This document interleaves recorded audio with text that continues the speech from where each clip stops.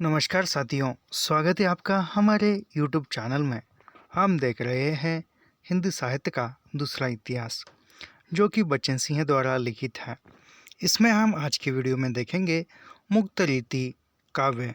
मुक्तरीति काव्य यह हम देखेंगे। इसके पूर्व हमने जो बद्धरीति काव्य था वह हमने देखा, और आज हम मुक्तरीति काव्य देखेंगे। बद्धरीति काव्य के जो अंतिम कवि थे वह थे पद्माकर, और पद्माकर को हमने देखा, और आज हम मुक्तरीति देखेंगे, मुक्तरीति काव्य। तो कैसा है, जैसे नेट, JRF, ऑल सेट और असिस्टेंट प्रोफेसर, TGT, PGT, इन सभी के लिए हिंदी साहित्य का इतिहास जो है काफ़ी महत्वपूर्ण होता है। इसी दृष्टिकोण से हम लाइन टू लाइन, पंक्ति दर पंक्ति आपके समक्ष लेकर आए हैं। तो चैनल को सब्सक्राइब कीजिए, लाइक कीजिए और शेयर करना मत भूलिए, और हाँ, कमेंट भी कीजिए। और साथ ही निःशुल्क है यह सब कुछ, कोई शुल्क देने की नहीं है। आपका लाइक, आपका कमेंट और आपका शेयर, यही हमारा मूल्य है फिलहाल। तो बढ़ते हैं आज की वीडियो की तरफ। मुक्तरीति काव्य। आरंभ में कहा जा चुका है कि मुक्तरीति कवियों में दो प्रकार के कवि आएंगे। जैसे यह इस ग्रंथ के आरंभ में ही कहा था, रीतिकाल के आरंभ में ही कहा था कि बच्चन सिंह ने क्लासिकल, अभिजात और स्वच्छंद धारा, पहले वर्ग में केवल बिहारी आते हैं और दूसरे में घन आनंद, ठाकुर, बोधा, आलम, द्विवेद, यानी क्लासिकल, इसमें क्लासिकल धारा में केवल बिहारी को रखा है बच्चन सिंह ने, और स्वच्छंद धारा में घनानंद, ठाकुर, बोधा, आलम, द्विजदेव यह आते हैं। तो अभिजात वर्ग यानी क्लासिकल धारा, क्लासिकल, अभिजात को ही क्लासिकल कहते हैं। तो इसमें बिहारी है और बिहारी को पढ़ते हैं हम।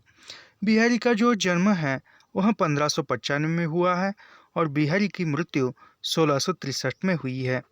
बिहारी इस काल के प्रतिनिधि कवि है, यानी बिहारी किस काल के प्रतिनिधि कवि है, अभिजात यानी जो क्लासिकल धारा है उसके भी, और 1595 से 1663 के बीच के एक प्रतिनिधि कवि है। सामंती जीवन की जितनी विशेषताएं और वैविध्य बिहारी के काव्य में मिलती है, उतने किसी अन्य कवि की रचनाओं में नहीं। यानी जो सामंती लोग थे, सामंती जीवन धारा थी, या सामंतों के जो भी परिवेश था, वह बिहारी के दोहों में, बिहारी के काव्य में जितनी सटीक तरह से मिलती है, उतने अन्य किसी कवियों ने उनका चित्रण नहीं किया, रेखांकित नहीं किया। सतसही में प्रेम का क्रीडात्मक रूप और श्रृंगार का संयोग पक्ष अत्यंत समारोहपूर्वक चित्रित किया गया है। यानी जो बिहारी की जो सतसई है, उसमें सतसई में प्रेम का क्रीडात्मक रूप और श्रृंगार का संयोग पक्ष, यानी श्रृंगार का मिलन पक्ष, योग पक्ष यहाँ पर नहीं है, मिलन पक्ष अत्यंत समारोहपूर्वक चित्रित किया गया है। किंतु योग की गहन पीड़ा का वियोग पक्ष की व्याकुलता के चित्रण में उनका मन नहीं रमा सका है। यानी वो योग का चित्रण करने में बिहारी का मन नहीं लगा है। इनके चित्रण में परिपाटीबद्ध ऊहात्मक उपकरणों का ही प्रयोग मिलेगा। वे संयोग के कवि है, योग के नहीं। यानी वह बिहारी जो है वह संयोग के कवि है, मिलन के कवि है, मिलाप के कवि है। वह योग के, बिछड़न के, जुदाई के कवि नहीं है बिहारी। बिहारी की जीवनी की बहुत कम जानकारी मिलती है, यानी बिहारी के जीवन क्रम के बारे में बहुत कम जानकारी प्राप्त होती है, तथ्य बहुत कम सामने आते हैं। उनके जीवन वृत्त का ढांचा खड़ा करने के लिए सतसई उस पर लिखी गई टीकाओं, इतिहास तथा जनश्रुतियों को आधार बनाया गया है। यानी जो बिहारी के जीवन क्रम को, उनकी जीवनी को जानने के लिए, बिहारी के जीवनी का अध्ययन करने के लिए उनके द्वारा लिखित तो जो भी पुस्तकें हैं, सतसई है, उनकी सतसई पर लिखी हुई टीकाएँ हैं, या अन्य इतिहास के तथ्य है, तथा जो जनश्रुतियाँ है, लोकोक्तियाँ है, उनके आधार पर यह उनके जीवन के बारे में जानने का प्रयास किया गया है। पर इस संबंध में कोई विवाद नहीं है कि वे मिर्ज़ा राजा जयसिंह जयपुर के राजाश्रित कवि थे, उन्होंने सोई लिखा है। यानी वह बिहारी किसके दरबार में राजकवि थे? तो बिहारी जो थे वह मिर्ज़ा राजा जयसिंह जयपुर के राजाश्रित कवि थे। यानी मिर्ज़ा राजा जयसिंह के राजाश्रित कवि बिहारी थे और उसके बारे में स्वयं बिहारी ने लिखा है। हुकुम पर जैसा ही हुको हरि राधिका प्रसाद, कही बिहारी सत्सई भरी अनेक संवाद। यानी जो जयसिंह है, जयपुर के जो जयसिंह हैं, उनके अनेक जो संवाद है वह बिहारी सत्सई में लिखे हैं, ऐसा बिहारी खुद कहते हैं। वे माथुर चौबे थे। उनके एक दोहे के आधार पर उनका जन्म 1595 मान लिया गया है। यानी बिहारी जो थे वो चौबे परिवार के थे, माथुर चौबे थे और उनके एक दोहे के आधार पर ही उनका जन्म जो है 1595 माना जाता है। वे वृत्ति के लिए जयपुर गए। जयसिंह अपनी परिणीता पत्नी के प्रेम में इतने निमग्न थे कि किसी का उनसे मिलना कठिन था। बिहारी ने एक दोहा लिखकर अंतःपुर में भिजवा दिया। यानी वह फिर बिहारी जो है जयसिंह इसको मिलने के लिए गए और जयपुर गए और वह जयपुर जाने के बाद वह जयपुर के राजा जयसिंह को मिलने के लिए गए और फिर जयसिंह जो थी उनकी पत्नी जो नववधू थी, शादी हुई थी नहीं, तो नववधू के ही प्रेम में वह घुल मिल गए थे, उसके ही रंग रूप में वह मिल गए थे। किसी की कुछ सुनने के लिए या किसी की कुछ समय देने के लिए या जनता का ही उसको कुछ जयसिंह को ध्यान नहीं था। वह सब कुछ भूलकर अपनी नववधू जो नववधू थी, नवीन पत्नी जो थी, उनके ही प्रेम में लगे थे। तो बिहारी उन पर एक दोहा लिखकर भिजवाते हैं। मिलना कठिन, यानी किसी को मिलते नहीं थे, केवल उस पत्नी के ही आगे पीछे या पत्नी में ही वह रमे रहे थे। तो बिहारी जो है एक दोहा लिखकर अंतपुर में भिजवाया था। वह दोहा है, नहीं पराग नहीं मधुर रस नहीं, विकास यही काल, अली कली ही सो बंध्यो आगे कौन हवाल। जयसिंह बाहर, फिर यह दोहा पढ़कर जयसिंह जो है बाहर निकल आते हैं उसके शयन कक्ष से। जयसिंह बाहर निकले और बिहारी को पुरस्कृत किया। यानी जयसिंह है जो उस यानी वो वहाँ यहाँ पर इस दोहे में कहा गया है कि नहीं पराग नहीं मधुर रस नहीं, विकास यही काल। यानी आप जो ऐसे ही नववधू के इसमें खोए रहोगे तो जनता का कौन ध्यान रखेगा, यहाँ वहाँ ऐसा कौन देखेगा, ऐसा कहाँ। और फिर यह सुनकर, यह पढ़कर जयसिंह जो तुरंत अपने शयन कक्ष से बाहर आते हैं। अपनी रानी के जो सौंदर्य में खोए थे वह उनके पत्नी के सौंदर्य से बाहर निकलकर बिहारी को उन्होंने सम्मान किया। सन 1963 तक उनका जीवित रहना बताया जाता है। यानी बिहारी जो है 1663 तक जीवित थे। कहते हैं उनके प्रत्येक दोहे पर एक अशरफी मिलती थी। यानी ये अशरफी यानी एक पैसा या कुछ तो अशरफी मिलती थी। बिहारी ने एक दोहा सुनाया, एक दोहा लिखा, तो एक अशरफी उनको बख्शिश में मिलती थी। उन्होंने एक ही ग्रंथ बिहारी सत्सई लिखा, यानी बिहारी ने एक ही ग्रंथ लिखा जो बिहारी सत्सई लिखा है, किंतु वह इतना लोकप्रिय हुआ कि उस पर अनेक टीकाएं लिखी। यानी बिहारी सत्सई ने एक ही ग्रंथ लिखा, बिहारी ने एक ही ग्रंथ लिखा, बिहारी सत्सई नामक। तो और फिर उन पर इतनी टीकाएं लिखी कि वह जग प्रसिद्ध और लोकप्रिय सभी में हुआ।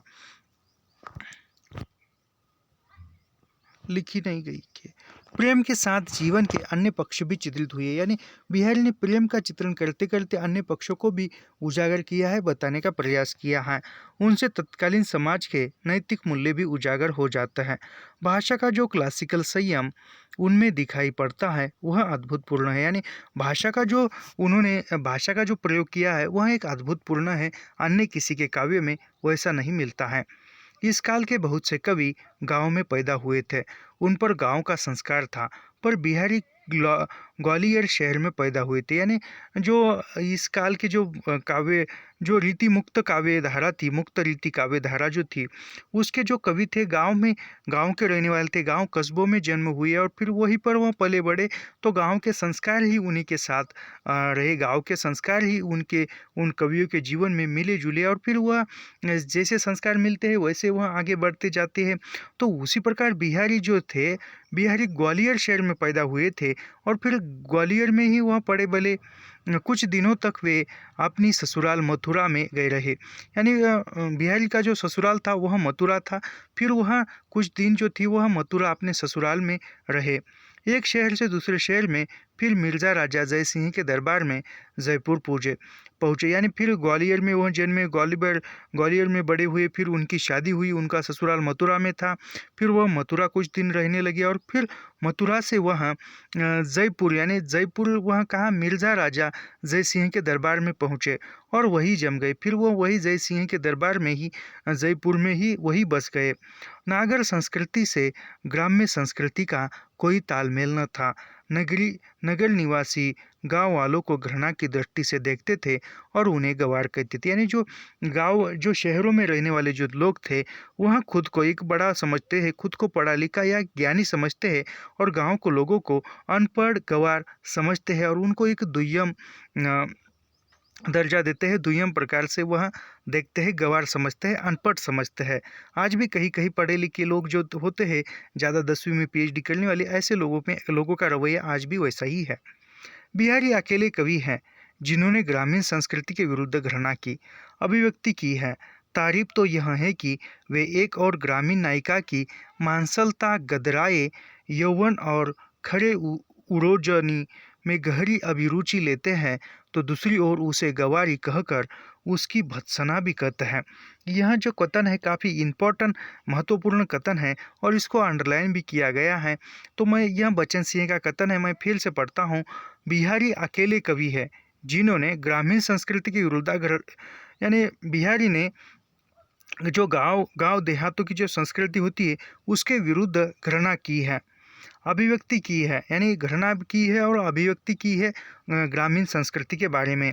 तारीफ तो यह है कि वे एक और ग्रामीण नायिका की मांसलता, गदराए यौवन और खरे उरोजनी में गहरी अभिरुचि लेते हैं। यानी जो ग्रामीण भाग के गांव देहातों की जो नायिका जो है, उस नायिका की मांसलता, उसके यौवन की जो तारीफ करते हैं, यानी उसके यौवन में, उस नायिका की मांसलता में, यौवन में एक वह रुचि लेते हैं। और दूसरी ओर उसी नायिका को वह गवार कहते हैं, गवार भी कहते हैं, अनपढ़ भी कहते हैं। यह तो काफ़ी एक गलत बात हुई। उसके मांसलता का, उसके यौवन में रुचि लेना, यौवनता को देखना, उसकी मांसलता को देखना और फिर गवार, अनपढ़ कहना, यानी केवल शारीरिक सौंदर्य देखना और फिर उसको गवार कहकर एक तुच्छ समझना। गदराने तन गोरटी ऐपन आट लीलार, ठैदो दे इठलाई द्रग करे कवारी सुमार। नागरों के सामने ग्रामीण की हंसी उड़ाने में आघाते नहीं। यानी जो शहर के जो लोग थे राजा दरबारों में, वहाँ ग्रामीण लोगों की हंसी मजाक भी उड़ाते थे। उसका एक दोहा, चलो जाई हया को करे हतीनु को व्यापार, नहीं जानहु यही पूर बसे धोबी ओट कुंभार।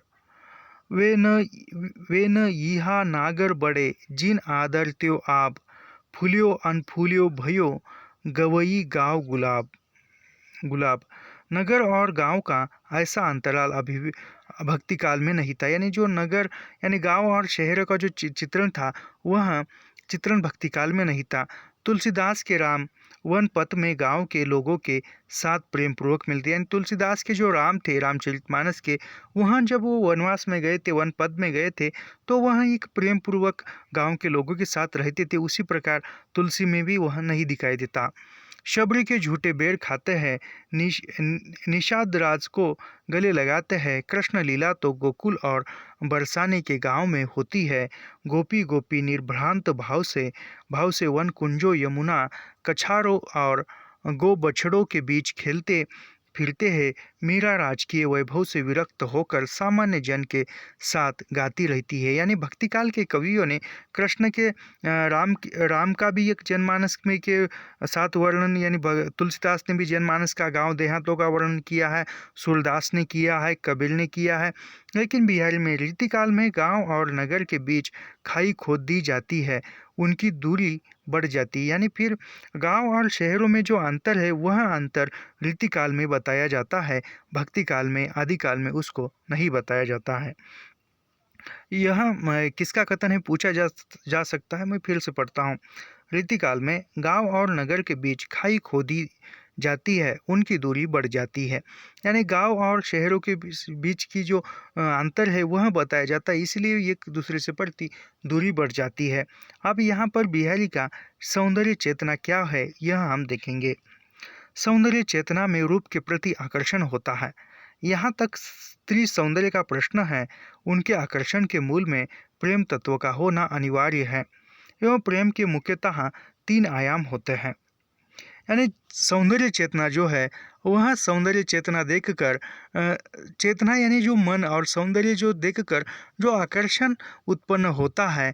जहाँ तक स्त्री सौंदर्य का प्रश्न है, स्त्री के सौंदर्य को देखकर उनके आकर्षण के मूल में प्रेम तत्व का होना अनिवार्य है। यानी कि स्त्री का सौंदर्य देखकर किसी पुरुष या किसी अन्य के व्यक्ति के मन में एक आकर्षण निर्माण होता है। फिर आकर्षण निर्माण होने के बाद यदि प्रेम तत्व उत्पन्न होता है तभी आकर्षण उत्पन्न होता है। यानी आकर्षण जो है, आकर्षण के मूल में प्रेम तत्व का होना। यानी पहले प्रेम यदि जिस हृदय में है उसी हृदय में सामने वस्तु उसके सामने के वस्तु के प्रति आकर्षण निर्माण होगा। प्रेम तत्व का होना यह आकर्षण है। यों के प्रेम के मुख्यतः तीन आयाम है। यानी प्रेम तत्व के 3 आयाम हैं, शारीरिक आकर्षण, मानसिक आकर्षण और दोनों का मिला जुला रूप। यानी शारीरिक आकर्षण कैसा, जैसे कि बाहरी सौंदर्य, जैसे कि मुखौटा है, चेहरा है, उसका पूरा शारीरिक सौंदर्य है। और मानसिक सौंदर्य यानी जो मन की निर्मलता है, हृदय की निर्मलता है यह। और जो तीसरा जो है दोनों का मिला जुला, यानी शारीरिक सौंदर्य और मानसिक सौंदर्य मिलकर जो निर्माण होता है उसको तीसरा मिला जुला, दोनों को मिला जुला कहते हैं। रीतिकाल के अधिकांश कवियों का प्रेम शारीरिक आकर्षण तक ही सीमित है। यानी रीतिकाल के जो अधिकांश कवि है उन्होंने नायिका के शारीरिक रूप का ही वर्णन किया है, शारीरिक प्रेम तक ही, शारीरिक आकर्षण ही दिखाया है। बिहारी की स्थिति इससे भिन्न है। यानी बिहारी ने जो है, बिहारी ने शारीरिक सौंदर्य नहीं देखा। इन अन्य कवियों के तुलना करते हुए ये थोड़ा भिन्न है, अलग है। क्या है आगे देखते हैं, अन्य कवियों से अलग क्यों है। बिहारी में प्रेम को लेकर खास तरह का अंतर्विरोध दिखाई पड़ता है। उनका आदर्श तो उदात्त है और व्यवहारिक पक्ष अनुदात। प्रेम के अवदात के संबंध में उन्होंने लिखा है। यानी प्रेम के बारे में बिहारी लिखते हैं, गिरी ते ऊंची रसिक मन बूटे जहाँ हजार, बहे सदा पशु नरन को प्रेम पयोधि पगार। चटक न छाड़त घटत हूँ सज्जन नेह गंभीर, फीको पड़े न बरु फटे रंग्यो चोल रंग चीर। लेकिन जब वे लिखते फिर बाद में वही लिखते हैं, तो तन अवधि अनुपरूप लग्यो सब जगत की, मो द्रग लाग्यो रूप द्रगनी लगी आती चटपटी। अभी यहाँ का उसका सारांश है उसी पंक्तियों का। तो रूप के प्रति उनका ठंडा अमानसिक और सपाट दृष्टिकोण उजागर हो जाता है। रूप के प्रति विद्यापति की विकलता देखते ही बनती, यानी रूप के देखते ही विद्यापति उस पर लिखते हैं, जन्म अवधि भरी रूप निहारल, नयन तिरपित भेल। यानी विद्यापति जो है वह रूप देखकर ही नयन की जो अवस्था है वह देखते हैं। और जायसी का रूप तो अपनी व्याप्ति में आकाश पाताल में ढक लेता है। यानी जायसी जो है रूप सौंदर्य का वर्णन करते हुए आकाश पाताल की बातें बोलते हैं। बेनी छोरी छारी जो बार सरग पताल, होई अधियारा। बिहारी के लिए प्रेम चौगान का खेल है। यानी बिहारी एक चौगान के खेल की तरह प्रेम को बिहारी देखते हैं। यह सामंतों का प्रिय खेल, यानी यह जो यानी एक प्रेम को एक खेल समझना, चौगान यानी चारों ओर का खेल प्रेम को समझना, यह सामंतों का प्रिय खेल था। तो उसी वह खेल बिहारी ने भी लिखा है। इसमें लुका छिपी का पर्याप्त अवकाश रहता है। रीतिकालीन नायक एक और सामाजिक प्रतिबंधों का निर्वाह करता है, दूसरी ओर लुक छिपकर प्रेम का चौगान भी खेलता है। यानी रीतिकाल का जो नायक है नायक है वह नायक सामाजिक प्रतिबंधों का निर्वाह करता है, यानी सामाजिक बंध जो है उसको तोड़ता है और फिर वह लुक छुप कर या एक गुपित रख कर वह जो भी वह उसकी रासलीला है वह भी खेलता है। जहाँ बिहारी रीति के प्रभाव से मुक्त है वहाँ सौंदर्य की प्रभावित ने अद्वितीय चित्र खींचे, यानी बिहारी जो है रीति से वह मुक्त है, यानी वह स्वच्छंद धारा में रखा है बच्चन सिंह ने बिहारी को। तो वह जो है जो सौंदर्य का जो चित्रण है वह अद्वितीय किया है, यानी वह उन्होंने स्वच्छंद होकर लिखा है। अंग अंग छवि की लपट उपटी जाती अछेह खरी पातरी उतऊ लगे भरी सी देह सहज सेत पंच तोरिया परिरत अति छवि होती जल चादर के दीप लो जगमगाती तन ज्योति। इन चित्रों पर अभिजात्य का पूरा प्रभाव है।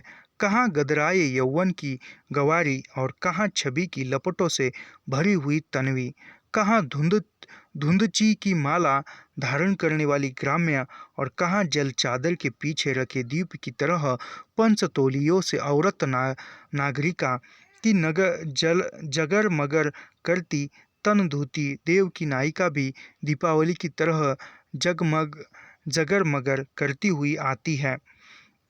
पर बिहारी का मित कथन रंग योजना तथा जटिल विन्यास देव में नहीं है। जल चादर के दीप लो में तत्कालीन मुगल सभ्यता से प्रभावित सामंती संस्कृति की जगमगाहट की बिंबात्मक अनुभूति होती है, यानी जहाँ पर परीक्षा में आने योग्य है वहाँ पर मैं बताऊँगा, विश्लेषण करूँगा। अभी संयोग वर्णन, जो बिहारी का जो संयोग वर्णन है, मिलन वर्णन है, जब नायक और नायिका मिलते हैं तब का वर्णन संयोग वर्णन में नायिका की विविध भंगिमाओं भावों सुरती व्यवहार मद्यपान क्रीड़ा आदि का मादक चित्रण किया है, यानी बिहारी ने संयोग का चित्रण करते हुए नायिका की विविध भंगिमाओं यानी नायिका की विविध भावों का चित्रण किया है। उसमें सुरती व्यवहार मद्यपान क्रीड़ा आदि का मादक चित्रण किया है। कुछ भंगिमाएँ स्वाभाविक होती है और कुछ संयोग यानी कुछ जो भंगिमाएँ है, कुछ जो उसकी क्रीड़ाएँ है वह एक स्वाभाविक है, वह स्वभाव में ही होती है। जैसे कि कोई नायिका जो है नायक की तरफ देखकर एक वह होठ में या मन ही मन में मुस्कुराना एक स्मित हास्य करना, यह बहुत सी महिलाओं का एक स्वाभाविक लक्षण होता है। ऐसे स्वाभाविक लक्षणों का भी उन्होंने चित्रण किया है। और कुछ जो भंगिमाएँ होती है, कुछ तो अवस्थाएँ होती है, वह संयोग उच्छक यानी वह मिलने पर ही व्यक्त होती है। स्वाभाविक भंगिमाओं में भी यदि नायक को कुछ मोहन लगता है तो उसे उद्दीपन विभाव के अंतर्गत समझना चाहिए, यानी वह स्वाभाविक भंगिमाओं में यदि नायक को कुछ मोहन यानी नायिका के स्वाभाविक लक्षण में नायक यदि रम जाता है, मोहन लगता है, यानी उसका मन वहाँ पर रम जाता है, तो उसको उद्दीपन विभाव के अंतर्गत समझना चाहिए, नहीं उद्दीपन में रखना चाहिए। यह सब प्रेम के क्रीड़ात्मक पक्ष है, यानी प्रेम की क्रीड़ात्मक लक्षण है। अभी यहाँ पर उनके पद दिए हैं, दोहे दिए हैं। नाक चढ़े सिबी करे जीते छबीली छैल फिरी फिरी भूली बहे गहे प्यो कंकरीली गैल अहे दहेड़ी जीन धरे जीनी तू लेही उतारी नीके है छीके तुवे ऐसे ही रही नारी त्रिबली नाभि दिखाए के सिर ढकी सकुच समाही अली गली की ओट है चली भली विधि चाही बतरस लालच लाल की मुरली धरी लुकाई सोह करे मोह भोहन हसे देन कहे नटी जाय सटपटाती सी ससी मुखी मुख घूंघट पट ढाकी पावक झरसी समझी समकी के गई झरोका झांकी। ये नारी की गत्यात्मक मुद्राएं हैं जिन्हें तत्कालीन मिनिएचर पेंटिंग में भी अंकित किया गया है। अंतिम दोहा सहज विनोदपरक और रागात्मक है। शेष दोहे तत्कालीन सामंती मानसिक बनावट के सूचक है। यानी जो सामंती लोग जो थे नायिका के प्रति किस यानी सामंती लोगों का प्रेम के प्रति क्या विचार थे, कैसा उसका हाव था, यह उनके बिहारी के दोहे में बताया जाता है। अभी सामंती मानसिक बनावट के सूचक यानी सामंती की मानसिकता किस प्रकार थी प्रेम के प्रति, यह बिहारी बताते हैं। क्रीड़ा में चतुराई का दृश्य है। यानी सामंती की जो क्रीड़ाएं होती है उसमें चतुराई दिखाई देती है। लड़िका लेबे के मिसनु लंगरू मो ढीग आई, गयो अचानक अंगुरी छाती छेल छुआई। लंगर तो कृष्ण भी थे, पर उनका लंगरपन मटका फोड़ने, माखन न खाने, छेड़छाड़ करने में था। यहाँ पर तो लंगर का रूप ही बदल गया। यानी लंगर यानी एक कहा जाए तो एक चंचल उतल पुतल करने वाला, तो उतल पुतल जो करने वाले कृष्ण भी थे, लेकिन जिस प्रकार लंगूर यहाँ से वहाँ छलांगे मारता है उसी प्रकार का, तो वह तो कृष्ण भी थे लंगरपन में, लेकिन कृष्ण जो है माखन खाने में, मटका फोड़ने में, छेड़छाड़ करने में, यही तक वह सीमित थे। लेकिन वह सामंत जो थे उसके आगे भी थे। नागर चुंबन का एक नाट्य दृश्य देखिए। अभी फिर नागर चुंबन का एक नाट्य दृश्य। अंगुरीन ऊंची भरू, भीति दे उलभी, चीते चख लोल, रुचि से जूहू दूहुन के चूमे चारू कपोल। एक दूसरे से सटे हुए घर शहर में ही होते हैं। ऊपर की खुली छतों के बीच की दीवार कम ऊंची होती है। इस दीवार पर थोड़ा उचक कर प्रेमी प्रेमिका स्वाद लेकर एक दूसरे का कपोल चूमते। यानी जो शहर में जो है घर के आजू बाजू में कंपाउंड रहता है, आज भी है, वह देखने को मिलता है। तो आज का मिलता है, तो समझो नायक का घर एक तरफ है, नायिका का घर दूसरी तरफ है, और दोनों के बीच में एक थोड़ी सी समझो एक 3 फीट 4 फीट की एक दीवार है। नायिका उस दीवार के पार है और नायक इस दीवार के पार है, दोनों मिलते हैं, दीवार के ऊपर से एक दूसरे को चूम लेते हैं। स्मृति जन्य अनुभव के अच्छे चित्रों की रीति काव्य में कमी नहीं है, पर बिहारी ने इनके लिए नई नई युक्तियाँ निकाल ली हैं। नायक के गिरह कबूतर को देखकर नायिका की पुलक का चित्रण एक नई उद्भावना है। यानी नायक के गिरह यानी नायिका यदि कबूतर आता है और उस कबूतर को देखकर नायिका के जो भाव उत्पन्न होते हैं, उद्भावना उत्पन्न होती है, उसका भी चित्रण देखने को मिलता है। इससे सामंती दिनचर्या पर भी प्रकाश पड़ता है। यानी समझो पहले आज के ज़माने के जैसे व्हाट्सअप, मोबाइल, फेसबुक कोई नहीं था, तुरंत टाइप किया और हमारा मैसेज नायिका के पास गया, तो वहाँ एक कबूतर के ज़रिए मैसेज भेजा जाता था, चिट्ठी भेजी जाती थी। तो वहाँ समझो नायक ने गिरह कबूतर यानी नायक ने कोई संदेश जो है कबूतर के पास भेजा है, और वह कबूतर आ रहा है नायिका के पास, और वहाँ आते हुए नायिका उस कबूतर को देखती है तो वह खुश हो जाती है, पुलकित होकर खुश होती है। उस खुशी को उद्भावना कहते हैं। और फिर इसका चित्रण करते हुए जो सामंती दिनचर्या थी उस पर भी प्रकाश पड़ता है। सामंती दिनचर्या भी क्या थी पता चलता है। ऊंचे चीते सरा हित ये तू, गिरह कबूतर ले तो, झलकती द्रग मुल्कित बदनु, तन पुलकित के ही हेतु। अभी यहाँ पे योग वर्णन, अभी बिहारी का योग यानी मिलने के बाद का जो वर्णन है, चित्रण है, वह क्या है यह हम देखेंगे। वियोग वर्णन में बिहारी की चित्तवृत्ति नहीं रमी है। अंत वे घूम फिर कर विरह ताप की मात्रा मापने वाली ऊहात्मक उक्तियाँ पेश करने लगते हैं। यानी योग वर्णन करने में बिहारी का मन नहीं रमा है, योग वर्णन करने में उनकी रुचि नहीं थी। फिर वहाँ घूम फिर कर जो विरह की जो ताप मात्रा मापने वाली यानी विरह जो मापने का जो यंत्र होता है, विरह की जो अग्नि मापने का जो ताप यंत्र होता है, फिर उसकी वह उक्तियाँ पेश करने लगते हैं। करी बिरह ऐसी तऊ गैल न योग वर्णन। अभी हमने ऊपर श्रृंगार वर्णन देखा, अब हम यहाँ पर योग यानी जुदाई का वर्णन देखेंगे। जुदाई का वर्णन करने में या वियोग वर्णन करने में बिहारी का मन जो है ज़्यादा रमा नहीं था, और फिर वह अंत में घूम फिर कर जो विरह की जो अग्नि है वह नापने विरह ताप की मात्रा नापने वाली वह आत्मक उक्तियाँ पेश करते, यानी फिर वह उक्तियाँ देखकर वियोग वर्णन दिखाते हैं। करी करी बिरह ऐसी तऊ गैल न छाड़तू नीचू, दीने हु चश्मा ख चखनू चाहे लहे न मीचू, इति आवती चली जाती उत उत चली छत साधक हाथ, चटी हिंडोले सी रहे लगी उसासनु साथ। लेकिन सब जगह ऐसा नहीं है। रीति काव्य में ऐसी ऊहात्मक उक्तियाँ प्राय सर्वत्र मिलेगी, यानी ऐसी जो उक्तियाँ है बताने की वह एक सर्वत्र सभी कवियों में मिलेगी। इसे वियोग वर्णन की पीटी हुई परिपाटी समझना चाहिए, यानी वियोग वर्णन की पीटी हुई परिपाटी समझना चाहिए।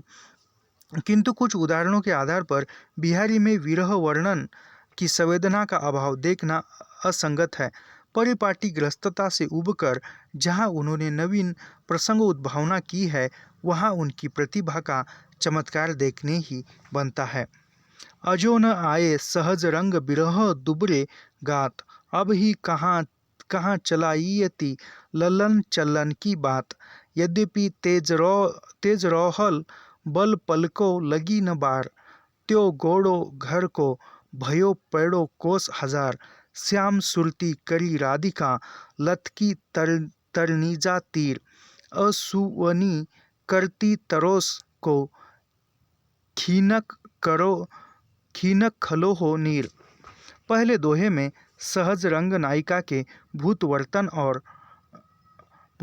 और भविष्य की स्थितियों को रचनात्मक स्तर पर उजागर करता है। यानी पहला जो दोहा है वह अजो न आयो सहज रंग बिरह दुबके गात, अब ही कहाँ चलाएती ललन चलन की बात। इसमें जो है नायिका का सहज रंग है, नायिका के भूतकाल के बारे में, वर्तमान के काल में और भविष्य काल की स्थिति के बारे में रचनात्मक उजागर यानी बताया है। इसके साथ ही शरीर और मन की जटिलताएं भी चित्रित हो उठती है। दूसरे दोहे में नायक तेज घोड़े पर सवार है, यानी तीसरे दोहे में जो नायिका यानी दूसरे दोहे में जो नायक जो है घोड़े की तरह तेज चंचल होता है, तेज घोड़े पर सवार होता है। उसे घर के गोंडे समीप पहुंचने में देर न लगी। फिर वह घोड़े की तरह वो तेज था तो वो उसको घर तक पहुंचने के लिए देर न लगती। लेकिन ग्वेंडे से घर 1000 कोस दूर था, लेकिन वो वहाँ से निकला, लेकिन घर जो था उसका 1000 कोस दूर था, एक वह झट से नहीं आ सकता था। दूर मालूम पड़ने लगा। जो लोग सापेक्षवाद से परिचित है उन्हें काल तत्व के इस अंतर का पता चल सकता है। इतने कम शब्दों में अलंकृत ढंग से नायक की विकलता को अत्यंत कौशल से चित्रित कर दिया गया है। श्याम और यमुना पता नहीं कितनी अनुभूतियों, संदर्भों, भावानुषंगों को जागृत कर देती है। राधिका के आंसुओं से क्षण भर के लिए यमुना जल खारा हो जाता है। इस क्षण में कितनी घनीभूत संवेदना बद्ध है। तत्कालीन समाज की विसंगतियों को उजागर करने के लिए बिहारी ने व्यंग्य का प्रयोग किया, यानी उस तत्कालीन समय की जो भी वह विसंगतियाँ थी, जो भी समस्याएं थी, जो भी उसकी प्रथाएं थी, उसका उन्होंने व्यंग्य किया है, उस पर भी उन्होंने व्यंग्य के बाण चलाए हैं, वह भी हम देखेंगे। रीति काव्य में यह सिर्फ सत्सई में दिखाई पड़ता है। जिन पौराणिकों, वैद्यों, ज्योतिषियों और रसिकों पर व्यंग्य किया गया है वे तत्कालीन समाज को ही उजागर नहीं करते, आज के समाज के कथावाचकों, वैद्यों, ज्योतिषियों और रसिकों की वास्तविकता का भी उद्घाटन करते। यानी बिहारी ने जो उनके सत्सई में दोहे लिखे हैं और उन पर उस तत्कालीन उस समय के विसंगतियों पर, समाज की विसंगतियों पर व्यंग्य किया है, वह व्यंग्य उस समय के इस पर नहीं है, वह जो है वह आज के समाज को भी लागू होता है। यानी वह कहा जाए तो आज भी वह प्रासंगिक बिहारी सत्सई के दोहे दिखाई पड़ते हैं। उसका एक उदाहरण, पढ़ती है तोष पुराण, सुनी लखी मुल्की सुखदानी, कस करी राखी मिश्रहु, मुँह आई मुस्कानी, बहु धन ले अहसान, के पारो देत सराही, वैध वैध बधु हसी भेद सो रही नाह मुँह चाही। चित पीत मारक जो गगी गनी भयो भये सूत सोग। फिर हुलस्यो जिये जोइसी समुझो आरज लोग। अभी यह इसका अर्थ, इन दोहे में व्यास वैद्य और ज्योतिषी की कथनी और कहानी का अंतर विरोध को अत्यंत विगत्यात्मक ढंग से चित्रित किया। यानी जो कहते हैं कि उस प्रकार के जो वैद्य थे या ज्योतिषी थे, उनकी करनी और कथनी में अंतर था। वह अंतर आज के समाज में भी, आज के व्यक्तियों में भी, करनी, हमारी करनी जो होती है वह अलग होती है और कथनी जो है वह अलग होती है। करनी कथनी का जो अंतर है वह उस समय भी था और आज भी है और वह आगे भी रहेगा। करनी कथनी का अंतर यानी हम बोलते कुछ और है और करते कुछ और है, हमारा व्यवहार कुछ और होता है और वह व्यवहार बताने का ढंग जो है वह कुछ और होता है। अभी बिहारी का भाष्य और छंद क्या है यह हम देखेंगे। बिहारी सतसई की भाषा परिनिष्ठित ब्रज भाषा है, पर उनमें पूर्वी और बुंदेली के शब्द खड़ी बोली के क्रंदंत क्रियापद मिलते हैं। यानी बिहारी की जो भाषा थी वह भाषा परिनिष्ठित ब्रज भाषा है और बिहारी की भाषा बिहारी सतसई की भाषा परिनिष्ठित ब्रज भाषा होने के बावजूद भी उसमें पूर्वी और बुंदेली के खड़ी बोली के क्रंदत क्रियापद मिलते हैं। इन्हें भाषा की शक्ति समझना चाहिए, यानी उनको भाषा की शक्ति समझना चाहिए। यानी परिनिष्ठ ब्रज भाषा लिखते हुए भी उसमें पूर्वी और बुंदेली के शब्द जो है वह खड़ी बोली के, यानी पूर्वी बुंदेली के शब्द भी मिलते और खड़ी बोली के भी शब्द मिलते। यह एक उनको भाषा का चमत्कार समझना चाहिए, भाषा शक्ति समझना चाहिए। विदेशी शब्दों को छोड़कर इन्हीं शब्दों के आधार पर हिंदी के विस्तार क्षेत्र का अनुमान लगाया जाता है। यानी जो विदेशी भाषा के जो शब्द है वह छोड़कर यदि हिंदी के शब्दों को हम देखेंगे तो उस समय में हिंदी भाषा का जो विस्तार था वह किन किन क्षेत्रों में था यह हमें पता चलता है। बिहारी ने केवल दोहा छंद में कविताएं लिखी। उनमें कल्पना की समाहार शक्ति और भाषा की समास शक्ति देखते ही बनती है। यानी बिहारी ने केवल दोहा छंद में ही कविताएं लिखी। केवल दोहा छंद में लिखने वाले कवि बिहारी है। बिहारी ने केवल दोहा छंद लिखा है, अन्य छंद नहीं लिखा है। एक मिनट, थोड़ा सा ये हो गया।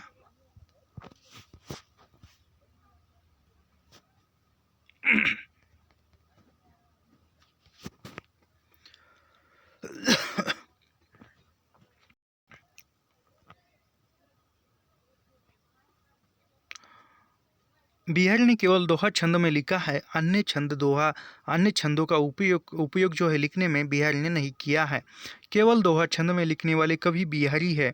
उनमें कल्पना की समाहार शक्ति और भाषा की समाज शक्ति देखते ही बनती थी। यानी वह कल्पना के शक्ति पर, और कल्पना की शक्ति जो थी वह समाहार शक्ति और भाषा की समाज शक्ति भी देखते ही बनती थी। जिसमें ये शक्तियाँ जितनी अधिक होगी दोहों की रचना में वह उतना ही सफल होगा। यानी जिनमें कल्पना शक्ति है उसमें भाषा की समाज शक्ति है, वही दोहा लिखता है। जिन कवि में कल्पना की समाहार शक्ति है, भाषा की समाज शक्ति है, वही दोहा छंद लिखने में सफल हो सकता है। छोटे अक्षरों में बहुत अर्थ भरना दोहा की विशेषता है। यानी दोहे की विशेषता क्या है? छोटे अक्षरों में बहुत बड़ा अर्थ समझना। जैसे कि गागर में सागर भरने की क्षमता बिहारी के दोहे को कहा जा सकता है। उसी प्रकार एक ही शब्दों में दिखने में दोहा जो दो पंक्तियों का होता है, मगर उसका यदि हम अर्थ निकालते हैं तो बहुत कुछ निकलता है। जैसे कि हमने ऊपर पढ़ा है वह रहीम ने कहा है। फिर रहीम का यहाँ पर उदाहरण देते हैं।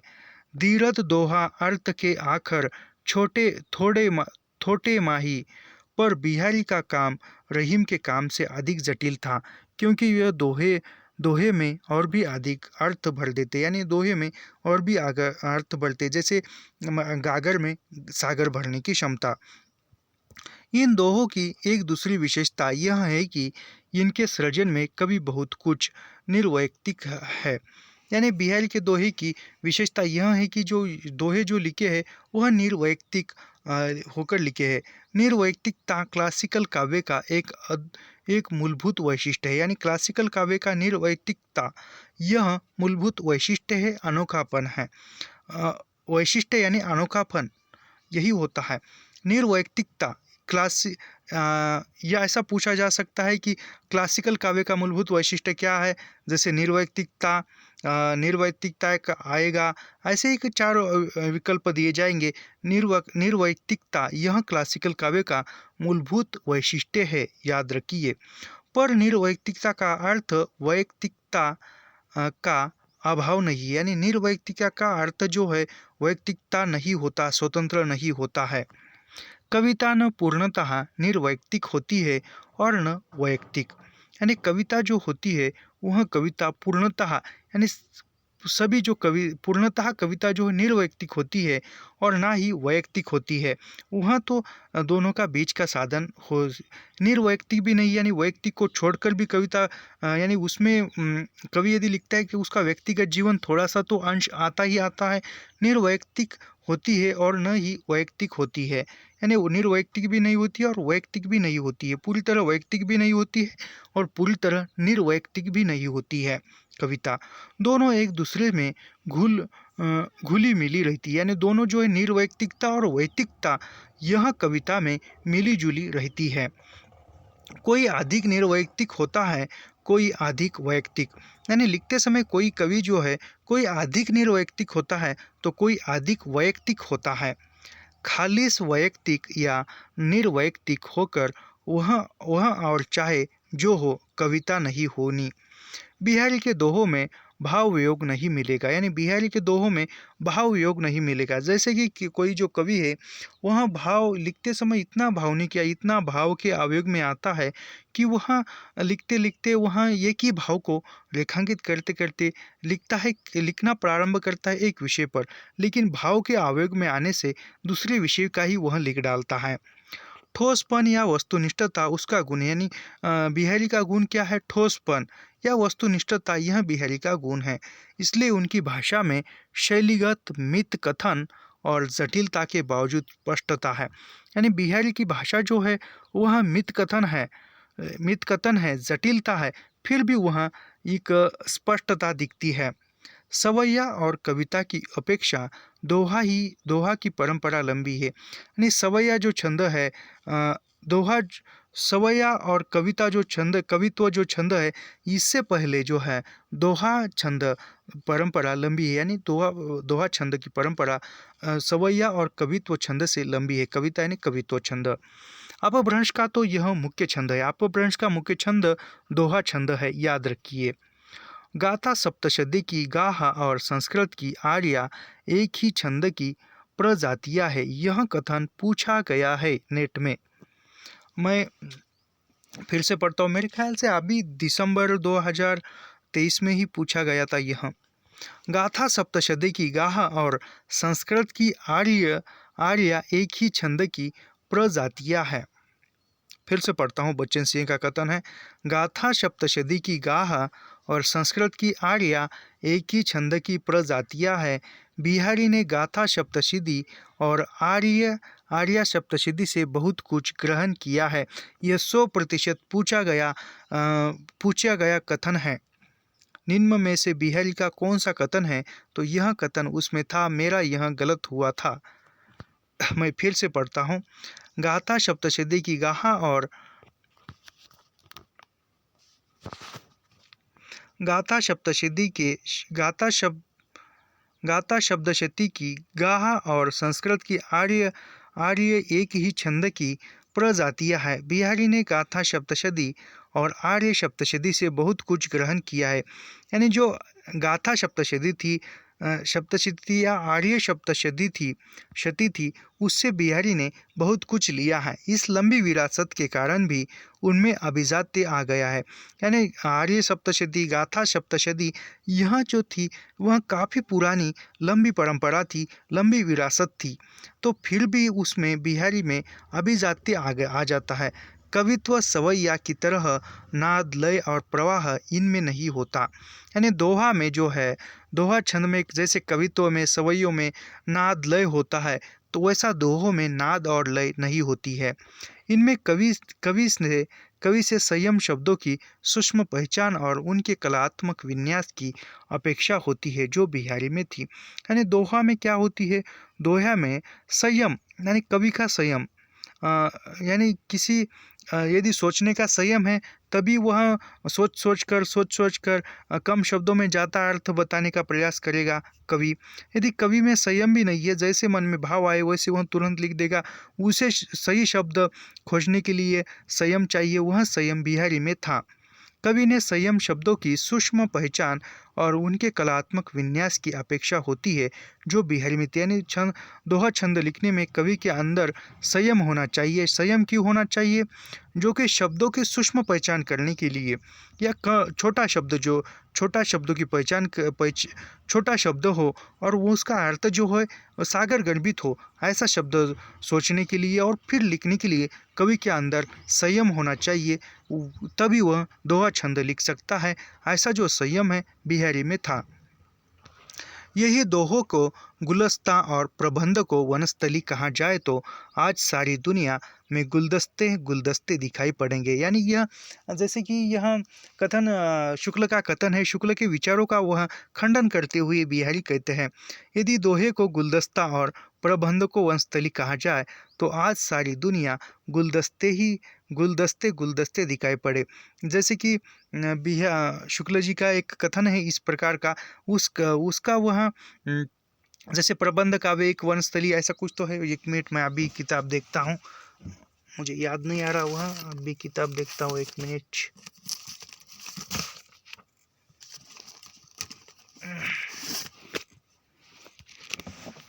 तो ये यहाँ पर शुक्ल जी की इसका वह खंडन करते हैं बच्चन सिंह हैं।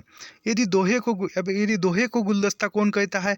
दोहे को गुलदस्ता शुक्ल जी कहते हैं, और प्रबंध काव्य को वनस्थली शुक्ल जी कहते हैं। तो वह बच्चन सिंह कहते हैं, दोहे को यदि हम गुलदस्ता कहते हैं, प्रबंध को वनस्थली कहते हैं, तो आज तो सारी दुनिया में गुलदस्ते ही गुलदस्ते दिखाई पड़ते थे। यानी दोहे ही दोहे दिखाई पड़ते हैं। दोनों का अपना महत्व है, न कोई छोटा न कोई बड़ा। मुक्तकों की तुलना प्रबंधों से नहीं की जानी चाहिए। यानी वह बच्चन सिंह क्या कहते हैं, न कोई छोटा है न कोई बड़ा है, दोनों का अपना महत्व है। यानी दोहे का और प्रबंध काव्य का, दोनों का अपना अपना एक खुद में वह महत्वपूर्ण है। तो कोई ना ही दोहा बड़ा है और ना ही प्रबंध काव्य बड़ा है, दोनों का ही अपना अपना एक व्यक्तिगत महत्व है। मुक्तकों की तुलना प्रबंधों से नहीं की जानी, मुक्तक जो है उसकी तुलना प्रबंधों में नहीं करनी चाहिए। इस तरह की तुलना ही अवैज्ञानिक है। यानी मुक्तकों की तुलना प्रबंधों में करना, यह एक अवैज्ञानिक बात ठहरती है। यदि तुलना करनी है तो दोहों की परंपरा में बिहारी के दोहों को रखना अधिक संगत है। यानी यदि तुलना ही करनी है तो तुलना बिहारी दोहा परंपरा में तुलना करनी है तो बिहारी के जो दोहे है वह दोहे अधिक संगत दिखाई देते हैं। दोहों का ऐसा जटिल विन्यास न तुलसी दोहावली में है और न मतीराम सतसई में। तुलसी के दोहे मुख्यतः भक्ति और नीति परक है। यानी दोहों पर यदि विचार किया जाए तो बिहारी के जैसे दोहे जो है वह दोहे यानी दोहों का ऐसा जटिल विन्यास, यानी जो दोहे जो होते हैं वह कठिन होते हैं लिखने में। यह का आसान काम है क्या कम शब्दों में ज़्यादा बताना, दो ही लाइनों में कम से दो। यदि बिहारी के एक दोहे का यदि हम अर्थ लिखते हैं खोज कर, तो वह अर्थ जो है वह अर्थ एक एक नोटबुक पूरा हो जाए, इतना उसका अर्थ निकलता है। तो ऐसा भी कहा जाता है कि बिहारी के एक एक दोहे पर पीएचडी हो सकती है। तो ऐसा थोड़ा ही नहीं कहा जा सकता, उस पर कुछ तथ्यता है तभी तो कहा जाता है ना। तो फिर वो बच्चन सिंह क्या कहते हैं कि दोहे का ऐसा जटिल विन्यास, यानी जैसे बिहारी ने दोहों का विन्यास किया है वैसा विन्यास तुलसी दोहावली में नहीं हुआ और मतीराम सतसई में भी नहीं है। तुलसीदास ने जो दोहे लिखे हैं, तुलसीदास के दोहे जो है मुख्यतः भक्ति और नीति परक ही है। केवल नीति परक और भक्ति परक और नीति परक दोहे जो है तुलसीदास के हैं। मतीराम पर बिहारी की छाप है। यानी मतीराम ने जो दोहे लिखे हैं उस पर बिहारी की छाप है। उनके दोहे भी कलात्मक दृष्टि से प्रौढ़ नहीं है। रहीम के दोहे में नीति कथन अधिक है, यानी रहीम के जो दोहे है वह नीति परक है, नीति कथन ही अधिक है। इन लोगों के दोहे में कवियों की दृष्टि कथ्य पर अधिक है, कथन की भंगिमा पर कम। यानी वह जो मतीराम हो, तुलसी हो, रहीम हो, तुलसीदास, मतीराम या अन्य जो दोहे लिखने वाले हैं, उन्होंने अपने दोहों के माध्यम से केवल एक कथ्य कहने का प्रयास किया है, कथन नहीं कहा है, केवल कथ्य क्या है यह ही कहा है। लेकिन बिहारी में जो है, बिहारी ने दोहों के माध्यम से कथन भी कहा है और कथ्य भी कहा है। दोनों का सामंजस्य बिहारी के दोहों में दिखाई देता है। बिहारी ने दोहे के माध्यम से कथ्य भी कहा है और कथ्य भी कहा है। अभय शुक्ल जी ने एक और बिहारी के दोहों को हिंदी साहित्य का रत्न माना है। दूसरी ओर हाथी दोंत पर कड़े बेल बूटे, यानी शुक्ल जी ने, बच्चन सिंह कहते हैं, शुक्ल जी ने जो है बिहारी के दोहे को हिंदी साहित्य का रत्न माना है। तो दूसरी ओर हाथी दोंत पर चढ़े बेल बूटे, यानी जो हाथी के दांतों पर जो ऐसे ऊपर से कवच लगाया जाता है वैसा भी कहा जाया है। इस अंतर विरोध के मूल में बिहारी की प्रसिद्धि और शुक्ल जी की अपनी आप ही रुचि का अंतर विरोध है। यानी वह बच्चन सिंह कहते हैं कि ऐसा कहने से, यानी बिहारी का जो दोहा है वह हिंदी साहित्य का एक रत्न है, यह मानना भी, और फिर हाथी के दांतों पर यानी कड़े हुए बेल बूटे, यानी हाथी के दांतों पर जो मुलायम जो कवच लगाया जाता है, यानी एक प्रकार जो है वह शुक्ल जी क्या करते हैं, शुक्ल जी वह बताते कि ये अनमोल है और फिर उसको ढक कर रखने का प्रयास करते हैं। इस अंतर विरोध के मूल में बिहारी की प्रसिद्धि और, यानी इस ऐसे में करने से क्या कहते हैं कि बिहारी की प्रसिद्धि और शुक्ल जी की अभिरुचि, यानी शुक्ल की का जो विचार है, शुक्ल की जो रुचि है, उसमें ही अंतर विरोध है। दोहा छंद उन्हें प्रिय नहीं है क्योंकि वह किसी ऐसी लय का संचार नहीं करता जिसकी सोधारा कुछ काल तक गूंजती रहे। यानी दोहा छंद किसको प्रिय नहीं था? दोहा छंद शुक्ल जी को प्रिय नहीं था। कवित्व और सवैयों की अगुंज दोहे में देखना अपने आप में असंगत है क्योंकि दोहे की प्रवृत्ति भिन्न है। दोहे की कवित्व और सवैयों से दोहे की जो प्रवृत्ति है वह भिन्न है, अलग है।